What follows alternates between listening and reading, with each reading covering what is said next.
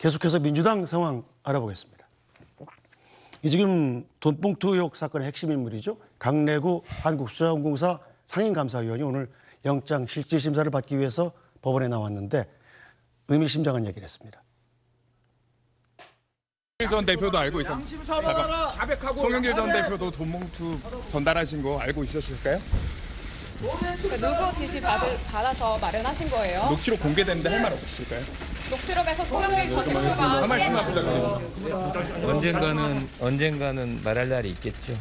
오늘은 성실히 받겠습니다. 네, 뭐 장철민 의원 같은 민주당이니까 좀 곤혹스러우시겠지만 자, 언젠가는 말할 날이 있겠다. 지금은 말할 수 없다. 이런 얘기 같은데.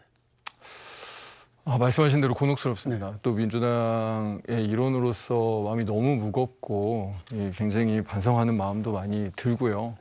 그런데 오늘도 뭐 어쨌든 법원에 가고 이후에도 여러 가지 검찰 수사나 등등등이 이루어질 텐데 뭐 언젠간이라고 하면서 여지를 남기기보다 지금 이런 상황까지 됐으면 정말 있었던 모든 이 사실에 대해서 소상하게 이야기하고 저희 민주당으로서도 그런 어떤 이 좀 뼈저린 성찰을 할 수 있는 계기를 같이 만들어낼 필요가 있는 시기이기 때문에 뭔가 자꾸 여지를 만드는 식으로 이야기하거나 뭔가 정치적인 이 고려들을 하면서 어떤 입장을 표현하는 것은 제 생각에는 너무나 부적절하고 지금 이 단계에서는 명확한 실체적인 진실들을 뭐 본인이 아는 한 본인이 행한 어떤 일들이 있으면 명확히 하는 것이 그것이 지금에라도 뭔가 이 당 인내 한 사람으로서 대한민국에서 그래도 정치를 했던 분들의 한 사람으로서 국민께 이 당의 책임을 다하는 일이 아닌가라는 생각입니다.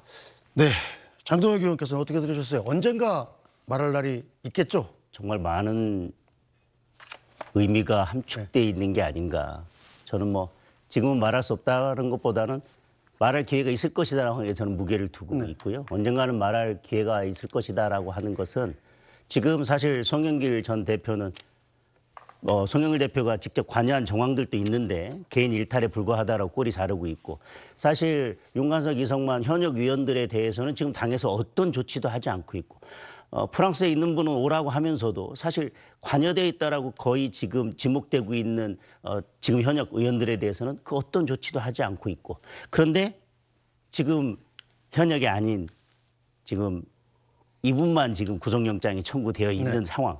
그런데 이재명 대표에 대해서는 온 당이 나서서 방탄을 하고 있는데 이정근 전 사무부총장도 그럴 것이고 지금 뭐 강모 씨도 그럴 것이고 우리에 대해서는 그 어떤 뭐 이런 것도 없이 갑자기 다 들어오라고 하고 이거 지금 조사받고 빨리빨리 다 지금 수사받고 해야 된다라고 하면서 지금 이렇게 몰아가고 있는 것. 그런데 현역 의원들은 그 자리에 아무것도 어떤 조치도 당에서는 없고 지금 송영길 대표는 들어올지 안 들어올지도 모르고 모든 책임은 자기들에게만 이거 지금 전가되는 이 상황들에 대해서 매우 불편할 것이고 그런 감정들이 지금 다 녹아들어 있는 게 아닌가. 그래서 이런 여러 가지 상황들을 보면서 이 서운함이 배신감으로 바뀐다면 저는 언제든지 모든 사실에 대해서는 이야기할 수 있다라고 하는 여지를 두고 말씀하신 게 아닌가 그렇게 생각합니다. 자, 장동혁 의원님은 판사 하셨잖아요. 네. 영장 담당 판사 하신 적 있습니까? 영장 담당도 했었죠. 야, 그러면 지금 이 정도 사안에서 강래구 씨가 지금 영장 실질심사를 받고 있고 결과가 오늘 밤쯤 나올 것 같은데 네. 영장이 나올까요, 안 나올까요? 통상적으로 본다면 이 사건은 정당법 위반만 있는 것은 아닙니다. 그러니까 전당대회에서 당원들이나 뭐 현역 의원들에게 돈을 준 그것만 있는 게 아니라 그 돈을 다른 스폰서에게 가져온 것이거든요. 그러니까 정치자금법 위반이 같이 있습니다.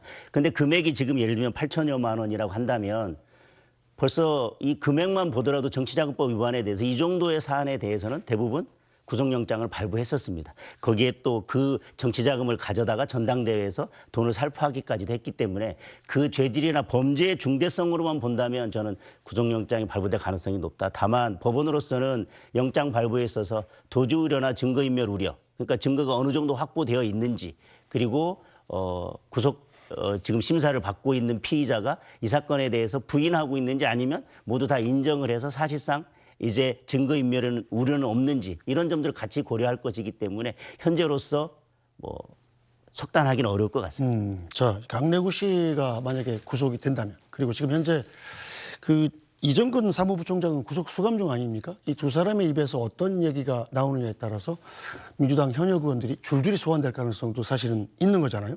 당에서는 어떻게 이 위기를 돌파해 나갈 생각인가요?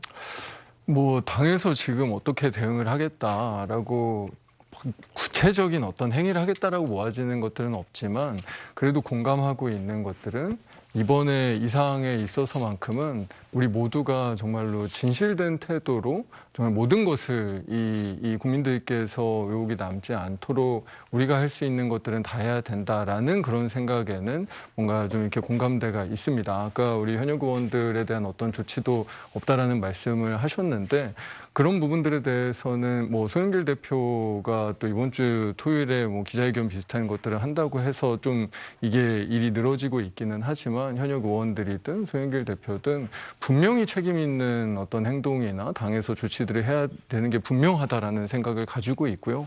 이후에 이 뭔가 또 다른 어떤 근거들이 나와서 현역 의원들이 검찰 수사를 받는 그런 어떤 상황일지라도 그런 부분에 있어서는 성실하게 이 수사에 대응도 하고 아마 또 이거를 이제 자금을 조성하고 전달하고 이런 과정에서 굉장히 이 그냥 언급만 됐을 뿐이지 실제로는 전혀 사실관계에 부합하지 않는 억울한 분들도 분명히 있으실 있겠죠. 겁니다. 그럼에도 불구하고 그런 억울한 분들이 우리 이 민주당 안에 계시겠지만 그럼에도 불구하고 뭔가 성실하게 이 의혹 해소를 위해서 좀 협조하는 모습들을 보여줘야 되지 않는가라고 생각합니다. 자, 이 문제에 대해서 빠질 수 없는 당시 전당대회에서 당대표가 됐던 네. 송영길 전 대표가 지금 22일에 내일이죠. 파리에서 기자회견하고 곧바로 귀국할 거다. 당초의 입장이 좀 바뀌었다는 소리가 들리던데 맞습니까? 뭐 저도 사실 별로 많이 가깝지는 않아서 저도 그냥 건네 듣고 있는 상황인데 뭐 귀국은 한다라고 저는 알고는 있습니다. 근데 저희가 지금 당에서도 그렇고 뭐 저도 개인적으로 굳이 뭐 파리에서 기자회견을 하시고 귀국하는 그런 이런 모양새가 적당한지는 저도 사실 좀 부정적인 의견인데요.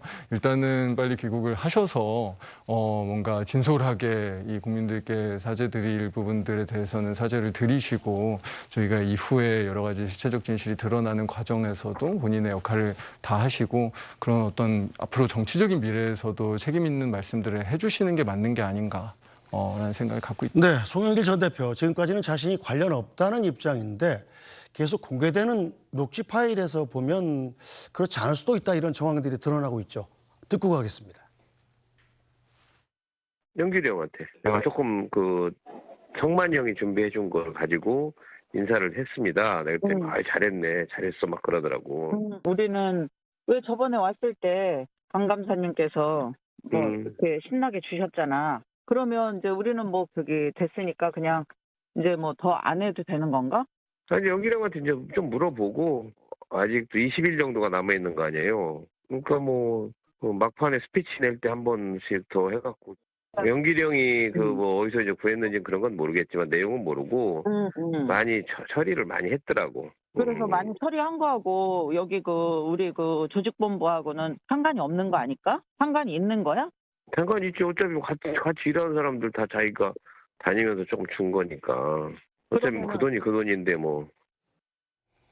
자, 장동혁 의원님, 이 녹취록 보면 송영길 전 대표의 해명과는 달리 송영길 전 대표가 관여도 하고 보고도 받고 심지어 뭐 자기 따로 돈을 마련해서 뿌리기도 하고 뭐 이런 추측들이 가능합니다. 추측 현재까지는. 그렇습니다. 어떻게 보십니까? 녹취록 보면 뭐 영길이 형이 어디서 구했는지 많이 처리했다. 그런데 또 다른 그 뒤에 보면 뭐 준 거니까 그 돈이 그 돈인데라고 하는 걸로 봐서는 이 처리했다라고 하는 것은 결국은 돈을 준 것으로 충분히 앞뒤 맥락을 보면 이렇게 추정을 할 수 있습니다. 그렇다면 사실은 본인이 직접 실행하기도 했고 이런 어쨌든 돈 살포에 대해서 지시하거나 공모했다, 직접 관여했다라고 하는 것이 이 녹취록에서 드러나고 있다고 생각합니다. 네, 민주당 쪽에서도 이 부분에 대해서는 큰 이견은 없는 거죠. 아니, 물론이죠. 그러니까 실제로 뭐 전혀 모르고 있었다고 하더라도 이 정치적인 책임은 당연히 지셔야 되는 부분이고요. 그 실제로 구체적으로 알고 있었고 뭐 심지어 이제 같이 이 소통하면서 했던 부분이라면 그거에 대해서는 분명히 형사법적인 책임도 지시는 게 당연히 맞는 거죠. 근데 저희야 지금 뭐 민주당 저희 안에서도 이런 내용들을 언론을 통해서밖에 모르는 상황이기 때문에 지금 뭐 송영길 전 대표 같은 경우에는 정말로 정치적인 책임뿐만 아니라 이후에 그게 검찰 수사가 됐든 여러 가지 이런 어떤 그 실체적인 진실을 규명하는 과정에서도 성실하게 책임을 다하실 필요가 분명히 있어 보입니다. 네, 송영길 전 대표가 일단 내일 파리에서 기자회견을 하기로 한 걸로 이제 예고가 돼 있는데 이재명 대표가 전화해가지고 그 기자회견 하지 말아달라고 요청을 했다는 보도가 있더군요. 사실입니까? 좀 정확하게는 모르겠습니다. 근데 저희 당 의원들 사이에서 굉장히 부적절한 방식이다라는 거에 대한 공감대가 있는 것은 사실입니다. 지금 사안이 이 정도 됐으면 뭐 거기에서 무슨 이야기를 하는 게 아니라 뭐 이야기를 하더라도 그리고 이후에 당에도 정확한 사실을 좀 전달할 필요가 있고요. 이후에 검찰에도 좀 정확하게 이 수사나 조사에 대응해야 될 필요도 있기 때문에 지금 기자회견 방식에 대해서도 뭐 저희 우려를 갖고 있는 거는 사실이고요. 뭐 다만 뭐 저희가 지금 뭐 파리에 있으신 분을 뭐 저희가 강제로 어떻게 할 수 있는 방법은 없는 것도 사실이라 이후에 좀 조속한 귀국을 기다리고 있다라고 보시면 될 것 같습니다. 네, 이 송영길 전 대표의 거취를 놓고도 여러 가지 말들이 나오더군요. 일부에서는 뭐 탈당, 출당, 혹은 뭐 정계 은퇴하기까지 나오는데 어떻게 보십니까? 그런 문제들은 저는 수사를 통해서 좀 진실이 밝혀진 다음에 해야 된다고 생각합니다. 오히려 탈당을 하거나 뭐 출당을 하거나 이렇게 돼버리면 사실은 어느 순간부터는 이 사건에 대해서 아니 이미 탈당했고 출당했고 이때 민주당 당원도 아니기 때문에 우리 민주당의 일이 아니니까 우리 민주당하고 연결시키지 마라 이렇게 될 수도 있지 않겠습니까? 네. 그래서 지금 탈당, 출당 뭐 이런 제명 이런 논의보다는 우선은 신속하게 귀국해서 수사에 협조하는 것이 우선이라고 생각합니다. 출당, 뭐 탈당, 정계 은퇴 이런 얘기는 오히려 민주당에서 나오고 있는 거죠. 아까는 아무 조치 안 취하신다고 뭐라고 하셨던 것 같긴 한데. 조치라고 하는 게 뭐 네. 신속하게 귀국해서 수사 받도록 하시고 더 문제는 현역 의원들도 지금 사실은 뭐 송영길 의원보다도 더 명확하게 거론되고 있는 분들도 있는데 그런 분들에 대해서는 뭐 아무런 말씀이 없으시잖아요. 저는 사실 자진 탈당하시는 게 맞다고 봅니다. 그러니까 이후에도 뭐 당에서도 뭐 여러 가지 앞으로 이 진실규명 과정에서 좀 적극적인 태도를 가지고 가긴 하겠지만 이런 어떤 상황이 그래도 거의 지금 이 사실로 지금 이렇게 드러나고 있는 상황에서 당이 크게 변하고 당뿐만 아니라 우리 정치가 크게 변화하는 그런 어떤 계기가 되려면 우리가 할 수 있는 한 모든 조치를 다 하는 게 맞다라는 생각입니다. 그래서 그게 이 자진 탈당이든 출당 조치든 어떤 징계든 이후의 후속 조치들도 저는 모든 조치에 있어서 모든 태도에 있어서 엄격하고 정말로 엄중하게 하는 것이 이후에 절대로 다시는 이런 비슷한 일들도 발생하지 않게 하는 그런 어떤 이 계기가 될 수 있기 때문에 네. 저는 어떤 조치든 반드시 있어야 된다라는 네. 생각이죠. 이런 상황에서 이 돈 봉투를 받았다고 하는 현역 의원 명단이 지금 여러 형태의 정보지, 즉 지라시로 돌아다니고 있는데 물론 정확하지 않을 겁니다. 여기에 언급됐던 민주당 의원 3명이 이 게시글 유포자를 허위사실 유포에 의한 명예훼손 직접 유포자 고발에 나서기도 했습니다. 자, 장경태 의원 같은 경우는 김용민 의원은 당시 최고위원 후보였고 나는 전당대회에 출마한 우원식 후보를 지지하고 있었는데 돈을 받았다는 게 말이 되냐. 이수진 의원도 굉장히 분노하고 있다. 뭐 이런 얘기를 했단 말이에요. 자, 장철민 의원은 혹시 이런 지라시 받아보셨습니까? 뭐 직접 받은 건 아니고 확인을 몇 개 해봤습니다. 네. 돌고 있다고 하길래 확인했는데 제가 봐도 신빙성이 전혀 없는 그런 것들이 너무 많더라고요. 뭐 특히 뭐 저야 이제 이 홍영표 의원 보좌진으로 8년을 했기 때문에 전당대회 또 홍영표 의원과 좀 이렇게 함께 전당대회를 치르기는 했었었는데 제가 알기로는 홍영표 의원을 지지했던 분들조차도 이렇게 이름에 있는 것을 보고 이건 이 지라시는 전혀 이 근거 없이 오히려 뭔가 다른 의도로 만들어지고 있구나라는 그런 생각이 좀 강하게 드는 것들도 있더라고요. 그 다른 의도라면 뭐가 있을까요? 그건 저는 잘 모르겠습니다. 그건 저는 잘은 모르겠는데 그래도 좀 개연성이라도 일부 있어야 되는데 그런 최소한의 개연성도 없어 보이는 것들이 뭐 이제 제가 보기에는 네. 이제 그런 것들이 많아서 특히나 그 뭔가 명단에 이름 뭐 그 지라시에 이름을 네. 올린 의원들은 당연히 조금 원칙적인 이런 대응을 좀 할 수도 있겠다라는 생각도 들었습니다. 네, 장덕 의원님은 이 지라시 받아보셨어요? 저는 받지는 못했습니다. 저는 몇 개 받았습니다.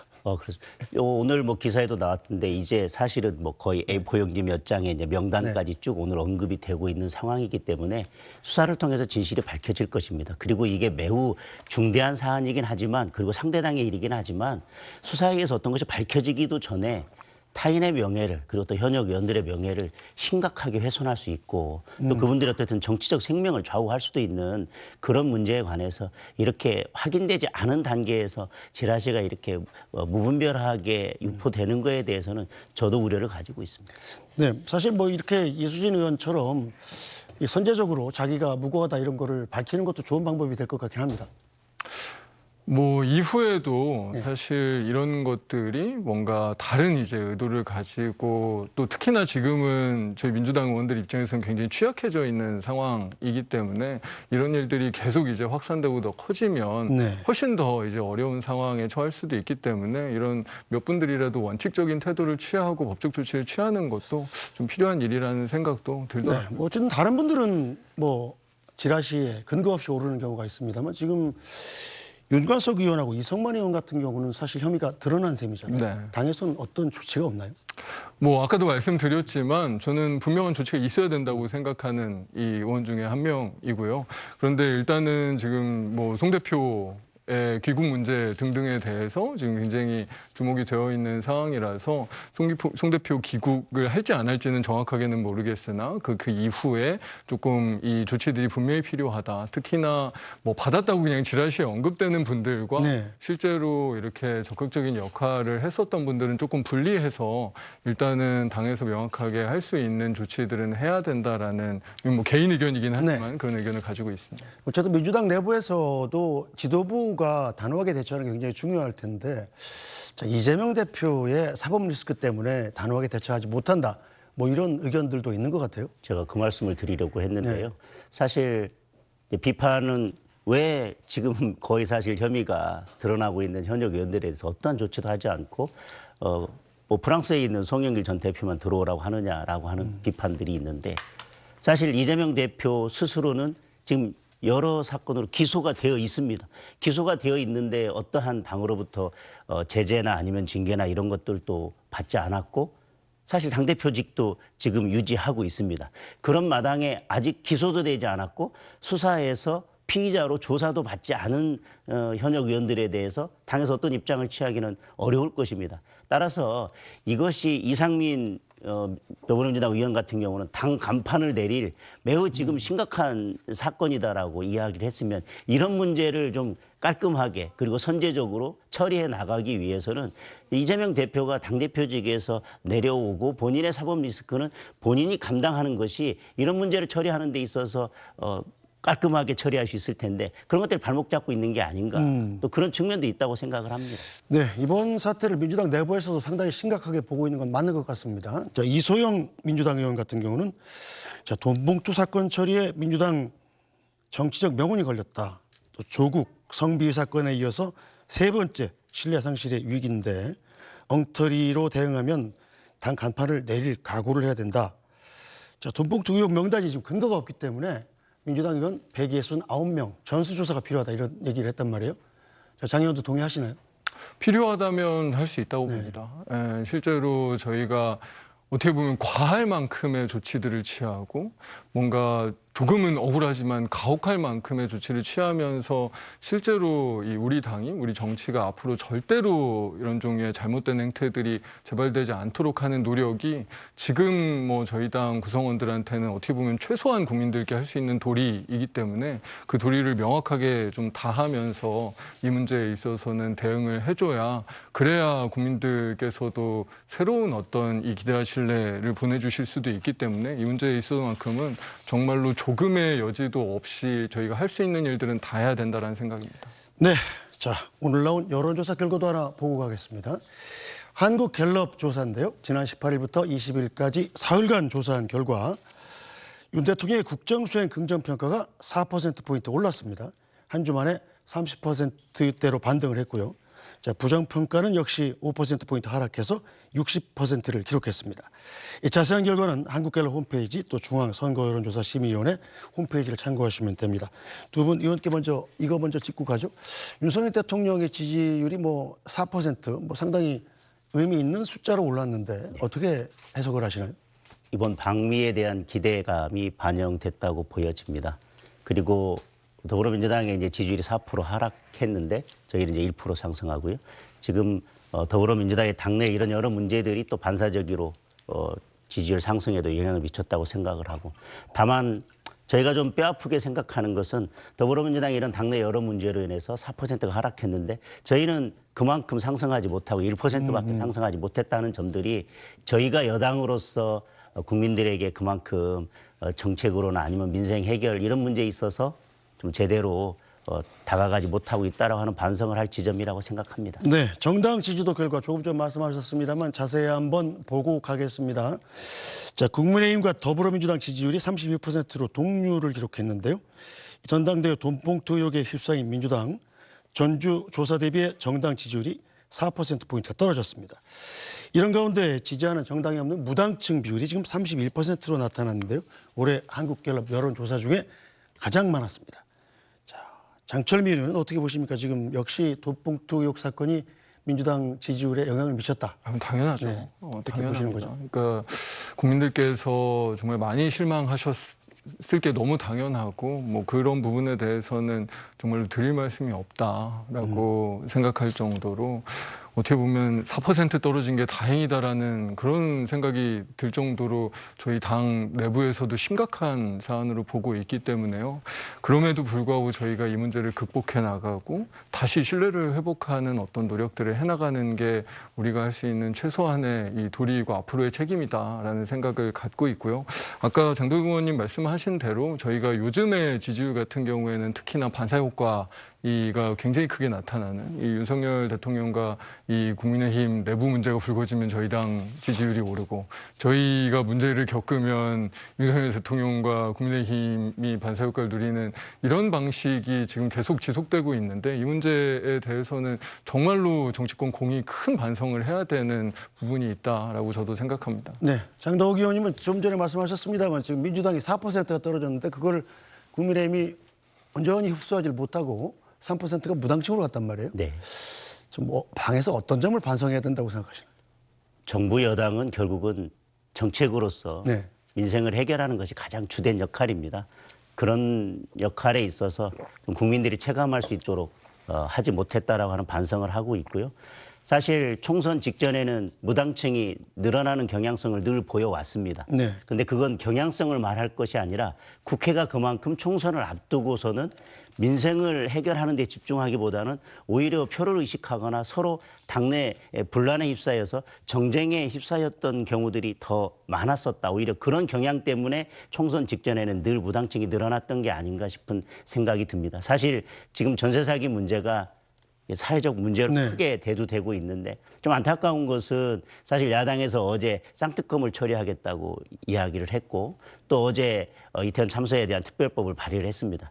물론 쌍특검에 대해서도 국민들의 의견은 다를 것입니다. 그리고 이태원 참사 특별법에 대해서도 필요성을 이야기하는 분들도 있을 것이고 국민들 중에는 공감하는 분들도 있을 것입니다. 그런데 지금 이 전세 사기 문제로 여야가 해결책을 찾기 위해서 머리를 맞대도 시간이 부족한 이 시점에 굳이 그런 법안들을 지금 강행 처리하겠다고 할 것인가. 우리가 이런 것들 때문에 현안에 집중하지 못하고 민생 이런 문제에 집중하지 못하는 모습들 때문에 사실 무당층이 늘어나고 있다고 생각을 합니다. 네, 국민의힘 지지율이 생각만큼 안 올라가는 이유가 그중에 하나를 또 따지자면 일단 최고위원들의 실언 논란을 빼놓을 수가 없지 않겠습니까? 김재원 최고위원 그리고 태영호 최고위원까지 계속 실언을 불러서 당의 지지율을 스스로 깎아먹는 이 결과를 갖는 것 같은데 이 두 분에 대한 징계는 지금 어떻게 논의가 돼가고 있나요?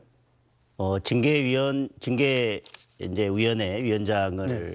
지금 저희들이 선임을 했고 지금 징계위원회를 구성하고 있습니다. 이제 구성을 하면 뭐 아시겠지만 징계위원회는 윤리위원회, 징계위원회는 사실 당의 기구이긴 합니다만은 당과 독립적으로 네. 운영이 되는 것이기 때문에 지금 뭐 징계를 해야 된다 아니면 뭐 중한 징계를 해야 된다 뭐 그렇지 않다라고 하는 것을 좀 언급하는 것은 적절하지 않고요. 여러 비판 지점들이 있고 국민들의 비판도 있고 당내 비판도 있고 당원들의 비판도 있기 때문에 그런 점들을 잘 감안해서 그런 징계 여부나 이런 징계 수위들을 결정하지 않을까 싶습니다. 네, 장철민 의원은 어떻게 보십니까? 지금 금태섭 전 민주당 의원이 제3지대 창당을 선언했단 말이에요. 네. 무당층 비율이 이렇게 늘어나는 상황에서 만약에 제3지대 창당이 될 경우에 민주당에 더 큰 손해가 가지 않을까 이런 생각도 드는데 그렇지 않습니까? 전혀 동의하기는 쉽지는 않고요. 그러니까 제3지대의 창당의 효과가 어떻게 미칠 거냐는 정말로 선거 완전이 다가서 이 선거 한 달 전에나 거의 보름 전에나 알 수 있는 일이라 그 부분에 대해서 정치공학적으로 어떤 것이 뭐 민주당이나 국민의힘이 유리할 거냐 이런 이야기들을 하는 게 뭐 큰 의미가 있나? 평론가들은 의미가 있을지 모르겠지만 현실 정치를 하고 있는 선출직 정치인들이 뭐 큰 의미가 있나라는 생각이 일단은 들고요. 그런데 이런 무당층이 늘어나기 때문에 새로운 정치가 필요하다라는 그런 어떤 주장이나 그런 움직임에는 저는 공감하는 부분들이 분명히 있습니다. 왜냐하면 저희가 그만큼 국민들에게 신뢰를 드리지 못하는 정치를 하고 있다라는 반성적인 지점이 굉장히 크기 때문에 그런 말씀도 드린 거고 저는 저런 종류의 운동들이 실제로 우리 민주당이든 국민의힘이든 이 거대 양당의 그런 어떤 더 정책 중심, 더 민생 중심으로의 변화를 견인할 수 있는 역할들을 해줄 수만 있으면 저는 그게 꼭 금태섭 의원이 아니고 꼭 누구가 아니더라도 굉장히 다양한 방식의 정치적인 움직임들은 있으면 굉장히 이 대한민국의 민주주의를 위해서 바람직할 수도 있겠다는 기대도 같이 갖고 있습니다. 근데 공학적으로는 계산해 볼 수는 있을 것 같습니다. 네.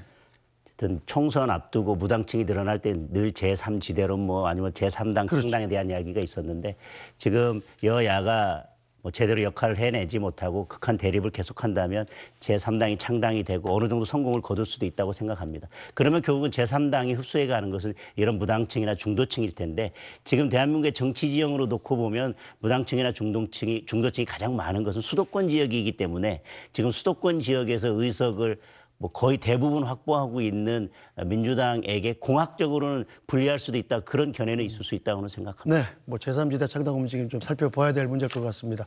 정치 야담, 야담은 오늘 여기서 마쳐야 되겠군요. 장철민, 장동혁 이 두 분 장의원과는 여기서 인사드리겠습니다. 고맙습니다.